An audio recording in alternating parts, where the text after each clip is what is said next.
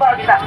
Di kita masagad magagigsunan kay sa usa ka semana, kausara man kita musimba, labi na sa adlaw Domingo. Pwede man adlaw daon mga kaigsunan.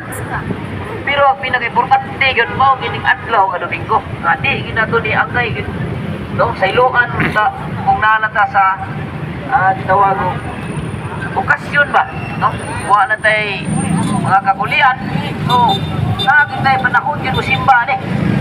Tungkol kay ganing adlaw, may isunan yung importante, gini na to. Kaya mo ay gihatag, pupusog sa itong kalag, labi na sa pagsimba, magdawat sa maong Holy Eucharist. Itawag ini spiritual food mga kaigsunan. Kay atong madawat si Kristo physically o spiritually. So munang kinahanglan yung mga kaigsunan nga musimba kita no, sa adlaw Domingo. Kaning pagsuri-suroy na to mga kaigsunan, ato lang ting i-delete gratification, no? Eh, naara ba yung tagadlaw, pwede itong suroy, no? Pero, ato ikahin yun, no? Sa pagsimba, no? Kung ano magsimba, pwede na tapos suroy, no? Eh, family day masati siya, no? Pero, unod yun na to ang Ginoo.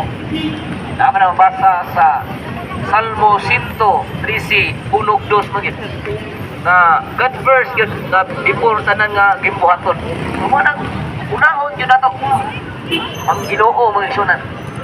Munang mabasa na to sa Mateo 33, no? Na seek ye first the kingdom of God and His righteousness, but all these things shall be added unto you. Ihatag rin mga igsunan, doon na itong makita, no? Ang giharian sa Diyos. So mani unahon yun na to, no? Ang kabubuton sa Diyos. So kining adlaw sa Domingo mo ni kabubuton sa Diyos nga ato siyang simbahon. So mo nang ato siyang unahon mga kaigsunan. No? Kaning gibuhaton na to nara magini. Kay panalangin sa Diyos mga kaigsunan mo ni nindot kay mga kaigsunan. Kay importante gini. Salamat. Mana mga kaigsunan nga kami igo ra gid mi mo remind rin mga kaigsunan isip sakop sa simbahang Katoliko, no? We are one mga igsunan, synodal church ba ta? Unang maghiusa ta, no? Sa usa ka simbahan, no? Usa ka lawas ni Ginoo Kristo. Then kita maghiusa alang sa kaluwasan mga kaigsunan. Una magkinabangay ta, magkinampuay ta mga kaigsunan. Kaya matagusa nato, no? Ang perfecto na magdisala.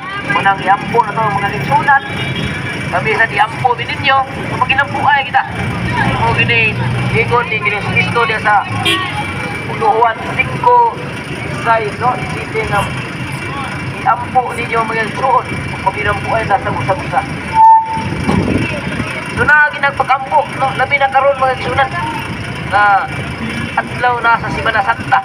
Then bumalandong ta, no? Muhatag ta og balik, no? Sa Ginoo kining kasuanan niya ba? So, bugahin ta sa pagpamalandong, no? Labi na sa itong kagalingon mga kaigsunan. Then atong kagalingon, no? Ihatag na to, idilikit na to sa Diyos mga kaigsunan, no? Labi na kining mga sala mga kaigsunan, ato surrender kanya. Ay kasi may kaluhukan na to na karong mulwik bakante karong si mana Merkulis ta. No, delikado. Merkulis duty pa. Merkulis. Mga kaigsunan na naghatag Ta duty ko Merkulis ba? Bakante ko Huwebes. Sa panaghimo na to diri mga kaigsunan, naghatag siya ang simbahan. Sa panaghimo na to labi na sa Ibo Kuliwik mga kaigsunan. Ano na tayo mga pilgrimage. No, datay visitation of cross.